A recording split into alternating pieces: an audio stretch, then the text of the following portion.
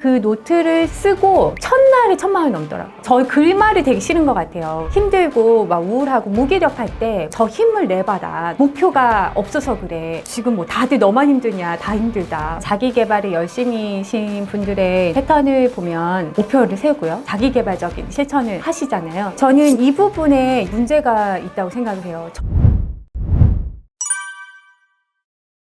안녕하세요. 박혜정입니다. 저는 소사장 소피아라는 채널을 운영하고 있고요. 이번에 불을 끌어당기는 노트 쓰기로 다시 돌아왔습니다. 여러분 반갑습니다.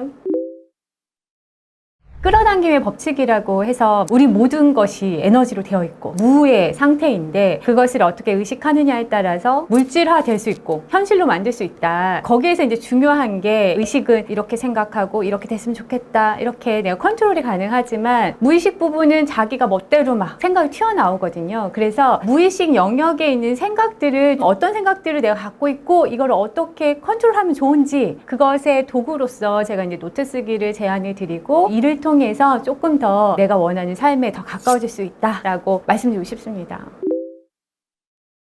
좋은 빚과 나쁜 빚의 개념은 로버트 키요사키가 쓴 부자 아빠 가난한 아빠에 나오는 개념이에요. 호주머니가 있는데 빚을 진 후에 호주머니에 돈이 들어온 거는 좋은 빚이라고 생각하시면 되고 호주머니에서 돈이 계속 나가는 거는 나쁜 빚이다 라는 주장이거든요. 예를 들어서 내가 할부로 노트북을 샀어요. 그래서 당장은 호주머니에 돈이 나가는 것 같은데 그 노트북을 사용해서 내가 월 수입을 그 이상을 벌고 있다. 그래서 결과적으로는 또 호주머니에 들어왔다. 그럼 이런 것들에 대한 빚은 좋은 빚이고 그 외에 뭐 소비성 대출이나 집을 대출로 깔고 앉아 있잖아요. 이런 것들의 상당수는 나쁜 빚일 가능성이 크다. 그래서 제가 이제 드리고 싶은 이야기는 빚이 무조건 나쁜 것은 아닙니다. 빚이 꼭 필요하고 좋은 빚과 나쁜 빚을 구별할 줄 알아야 하고 갖고 있는 빚 중에 나쁜 빚은 줄이고 좋은 빚을 늘려가야 한다.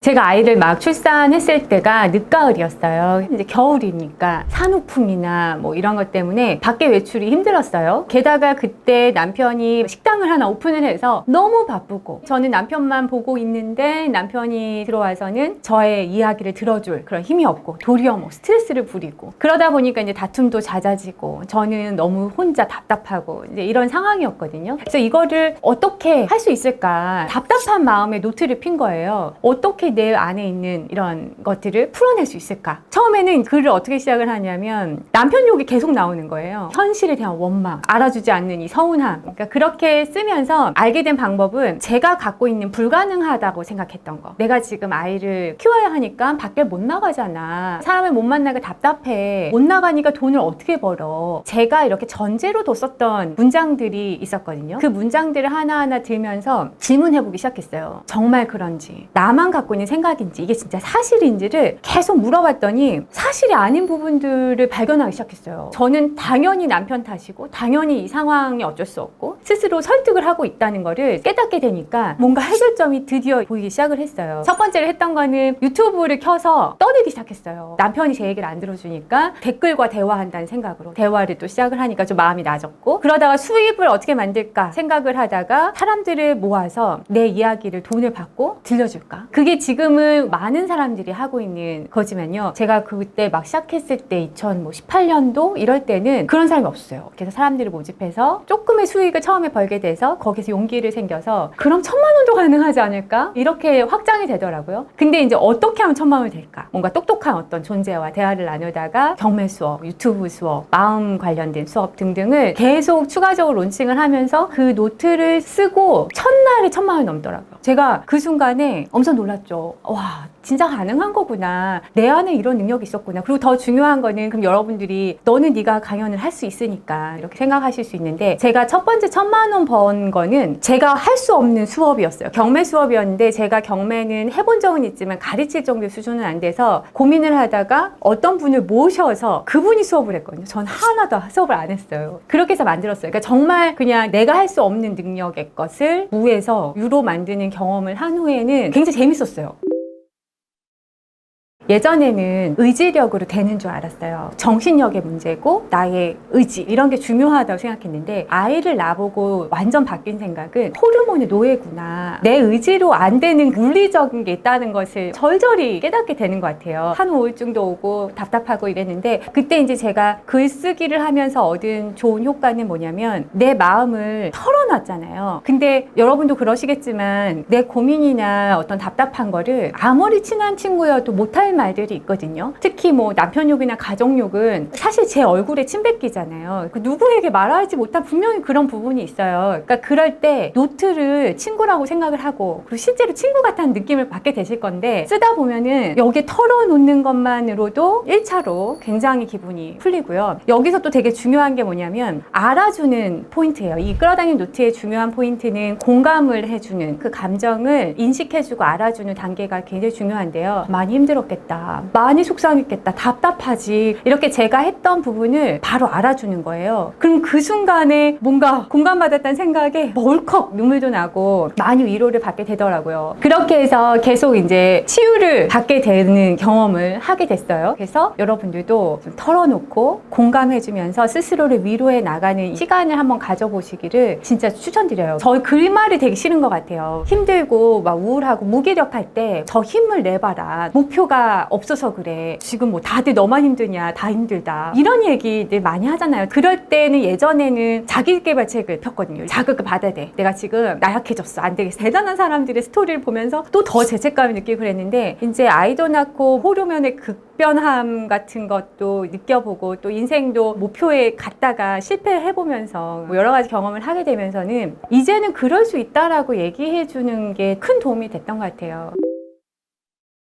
목표를 세우고 실천을 하는 자기 개발에 열심히신 분들의 패턴을 보면 목표를 세우고요. 예를 들어서 100억 부자 이런 거 엄청 많습니다. 그리고 이것에 대해서 자기 개발적인 실천을 하시잖아요. 미라클 모닝을 한다거나 1년에 뭐 100권 읽기 이런 인증도 하시고 저는 이 부분에 여러 가지 문제가 있다고 생각을 해요. 저 역시도 한때 그런 식의 자기 개발을 열심히 해봤었던 경험이 있는데 하다가 보면 뭔가 현실은 그대로인 것 같고요. 몸은 더 피곤하고 현타가 오는 순간이 분명히 있는 것 같아요. 근데 대부분은 이제 종결을 어떻게 하냐면 내가 노력이 부족해서 내가 너무 게을러서 역시 나의 문제야 이런 식으로 종결을 하는데 지금 돌아보니까 그게 아니었다는 거를 제가 알게 됐어요. 그래서 문제는 두 가지였는데 하나는 뭐냐면 우선 목표 자체가 나의 목표가 아니었어요. 우리가 그냥 이 사회를 살면서 사람들이 갖고 싶어 하는 그런 것들이 나의 목표로 둔갑해 있는 가능성이 많아요. 그래서 이 목표가 우선 내 목표인지를 진심으로 좀 물어보셔야 될 것 같고 진짜 목표가 아니면 내가 쫓아 한다고 해도 성과도 잘 안 나올 뿐더러 고통스럽고 힘들어진다고 생각해요. 애쓴데도 성과가 안 나오는 거죠. 근데 누군가는 분명히 성과가 나오거든요. 그럼 더 비교되고 내가 너무 실력이 없다 자책하게 되고 이게 악순환인 것 같아요. 그래서 저는 제안드리고 싶은 거는 내가 진짜 저 안에서 원하는 목표가 무엇인지를 스스로 대화를 해볼 필요가 분명하게 있고 그럴 가치가 있다고 생각해요. 가끔 어떤 분들은 제가 많이 봤는데 열심히 사시거든요. 책 읽고 새벽에 일어나고 잠도 조금 주무시고 근데 제가 어떤 분들을 보고 느낀 건 뭐냐면 도피성 행동이었구나라는 거를 깨달았어요. 내가 이 행동을 안 하고 곰곰이 나 자신이 진짜 원하는 게 뭔지 생각하셔야 되는데 내 안을 들여다보면 좋은 것부터 나오는 게 아니라 이 안에 무의식에 눌려져 있었던 나쁜 것들이 더 많이 튀어나올 확률이 높아요. 나쁜 생각 들고 불안한 마음이 들고 그러니까 그거를 도피하려고 나를 몰아치는 거예요. 특히 열심히 사는 한국 사회는 도피성 자기계발러들이 너무 많다.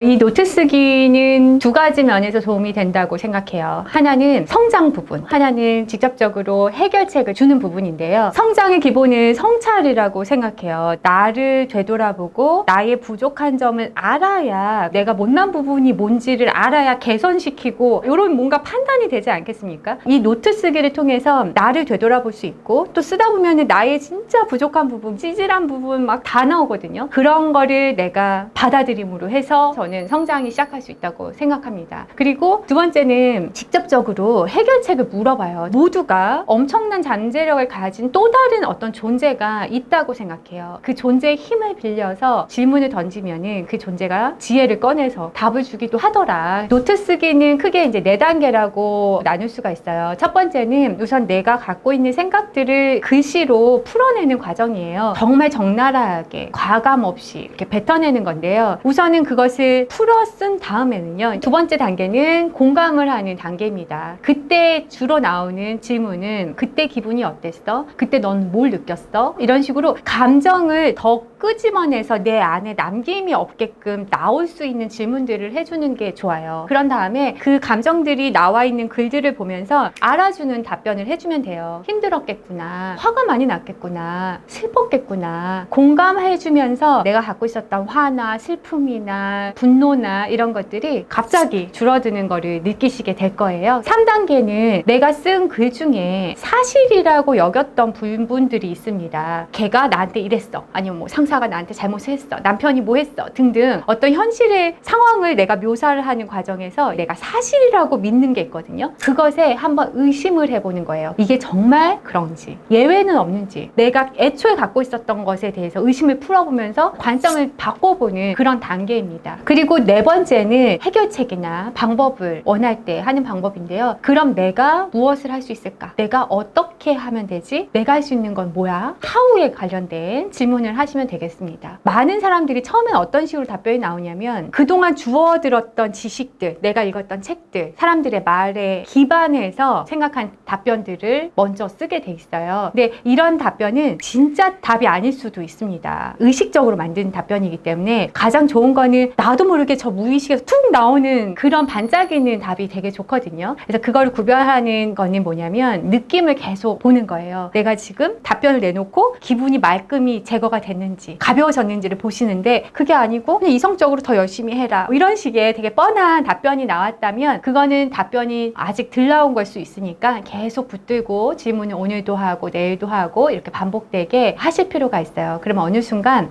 이거다 하는 그런 답변이나 어떤 질문을 통해서 아예 관점이 내가 바뀌어버리면서 현실의 문제가 그냥 해결이 되는 경우, 그런 경험들을 하시게 되면서 되게 재밌고 놀라운 경험을 하실 수 있을 겁니다. 사실 이 책은 제가 오랫동안 제 안에 저와 나눈 대화 고군분투기예요. 어떻게 하면 이 삶을 조금 더 가볍고 행복하게 살 수 있을까? 어떻게 하면 조금 편하게 덜 애쓰면서도 내가 원하는 삶을 살 수 있을까? 어떻게 이것을 현실에 적용할 수 있을까? 이렇게 많은 고민을 갖고 제가 해왔던 이야기를 담은 책이라서 뜬구름 잡는 이야기가 아니라 제가 정말로 현실적으로 적용하면서 했던 얘기라서 실용적일 것이라고 생각이 들어요. 책 많이 기대해 주시고 많이 사랑해 주시길 바랍니다. 감사합니다.